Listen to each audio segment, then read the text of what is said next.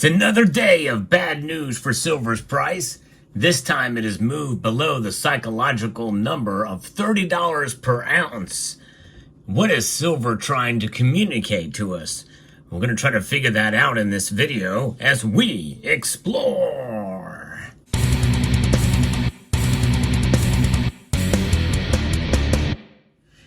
It's been a wild ride for silver, far above $31, almost $32 an ounce, just not too long ago. And here we find ourselves now for silver falling back now comfortably below the $30 mark. And I've always said that we should celebrate for every day that silver stays above $30. Well, here we are. We are back in the summer doldrums again. Remember that range that I gave you in prior videos, that I think that now we can probably say that if we see it trade sideways or anywhere between $31 an ounce and about $28.50 an ounce, I think is the summer doldrums. Anything below that, we're not in the doldrums. We're in a pretty bear market for silver. So we're not in a bear market yet. However, this is a little concerning today, as silver has fallen over 1.5% today, down 48 cents to $29.86. As opposed to gold only falling 0.59%. Platinum and palladium took bigger hits today. Both of those metals are under $1,000 an ounce. And that is where I'm leading here.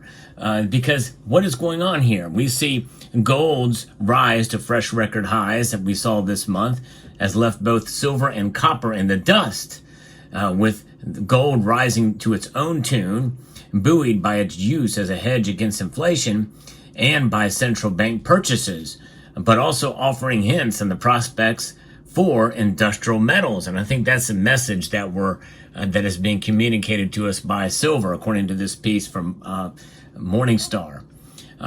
Gold is a very different metal than other commodities. You've heard me talk about that before. The uses for gold and silver. I think the more uses you have for silver means the more complex the market is. And it is a tiny, tiny, small market, which means it is ripe for these kind of moves, both up and down. And we get really excited when they go up and we think it's unstoppable. But believe it or not, it is not unstoppable by any stretch of any imagination, for sure. And that is where we're at. Why? Well, because there's a lot of playing on what's going on in the silver market. And also, it could be a foretaste of what could be coming down the road. So what is silver trying to speak to us? You know, no one really knows. It doesn't actually talk to us. This silver eagle is not going to jump off into the screen and start yapping. Although, if you are high on drugs, you may be seeing the mouth move on this eagle here, speaking to you. Can you hear it? Put your ear up to the screen. Let me know if you hear anything. But most of us realize that's not going to happen.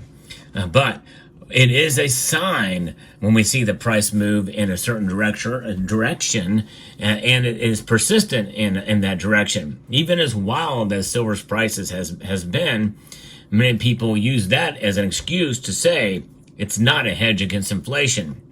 No, and it still is a hedge against inflation. You just need to hold on to it longer. But the message it's sending is that that we very well could be in trouble in our economy. That's right. We could be at the cusp of another recession. Now, a lot of that we'll find out as soon as some of these numbers come out with gross domestic product and other numbers that give an indication of slowing economic activity. To some extent, we already are seeing some of that, which is why the Federal Reserve now has on the table in a very strong way, in spite of inflation still being well above 2%, they are very open-minded to this idea of a rate cut. And you would think that would boost silver's price, but it may not, at least not right away. Because if there's a threat of a recession, a deep recession, and there's a lot of indicators and there's a lot of things that have been happening that when added up, in other words, two or more things happen at the same time, that is very bad news, such as, for instance, a couple of other bank closures that happen within a week, and it happens to a big bank as well, and then some bad numbers that come out from the economy in terms of job growth and that type of thing. then we could see literally sort of what we saw in recent times, where there's a small panic. I'm not saying a massive depression or a stock market crash, but we could see something to that extent occur to a point, which is going to mean that silver's prices are going to be depressed because it's trading as a commodity. And what happens with commodities? Well, most of these commodities are traded on paper. No one actually touches the physical. You and I, we're kind of a rare breed. We stack the physical. But in order to stack the physical and understand the price structure therein, it is based off of a derivative market, the paper market. And it's ironic because when we think of paper, we think of currency like this, when this is not made of paper at all. This is cotton linen fiber. But, we measure its value with price. But I'm saying we should not do that. But the price will be affected and deals will be had out there.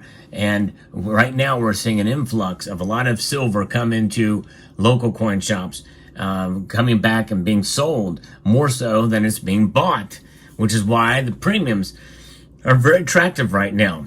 There's not as much selling of gold and silver happening to you, the customer. It's all going the other way, the other direction. In fact, I was at my local coin shop recently, and they said, yes, indeed, we are buying more than we are selling. They had a whole lot of dimes.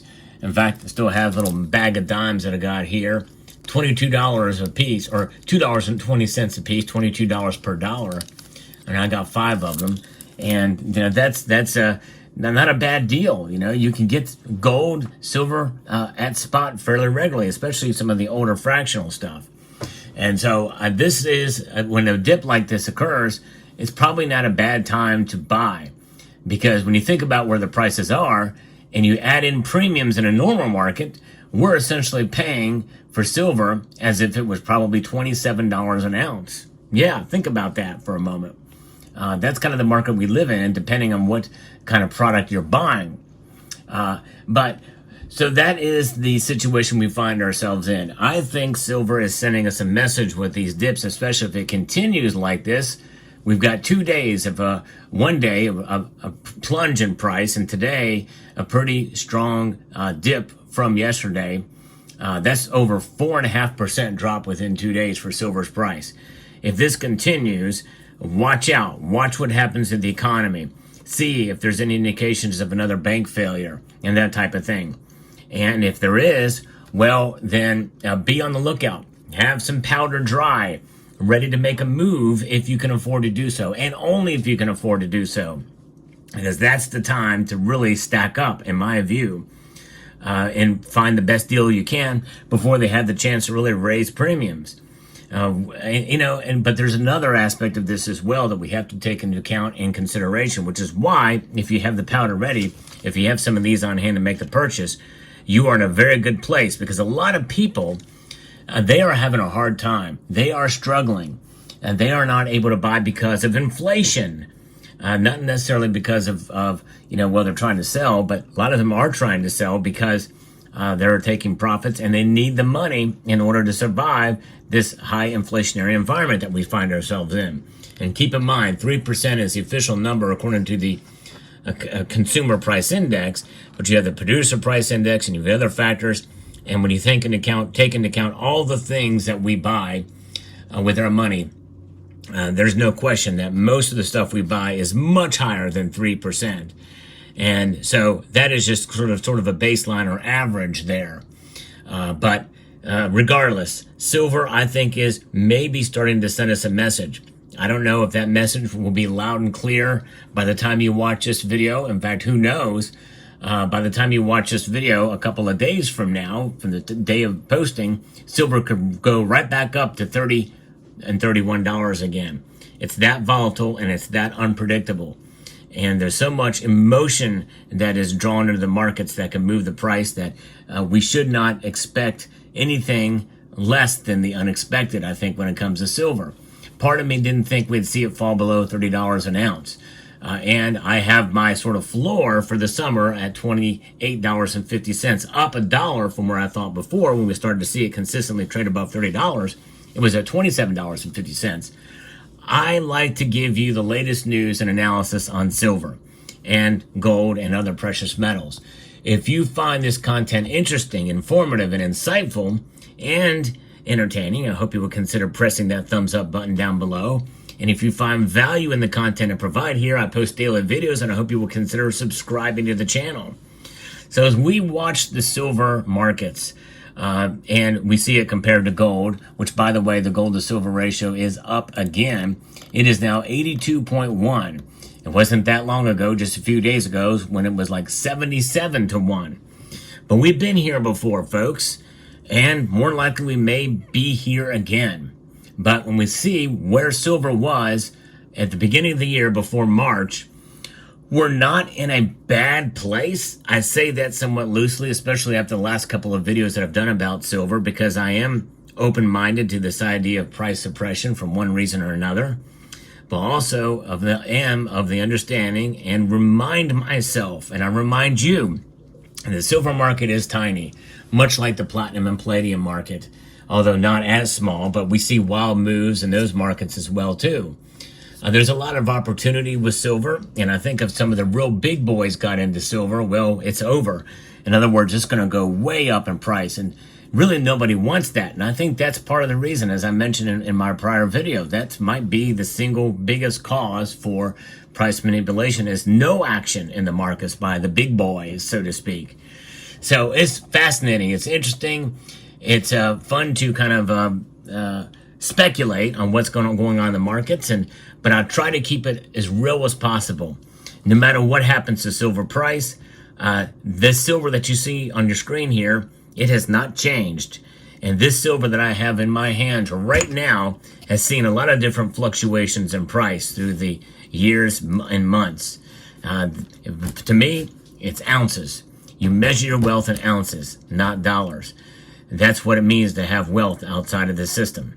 Let me know what your thoughts are in the comment section down below. I hope you found this video informative, insightful, and educational. I'd like to extend a multitude of gratitude to each and every one of you for taking the time to watch, and to encourage you to please rate, share, comment, and subscribe.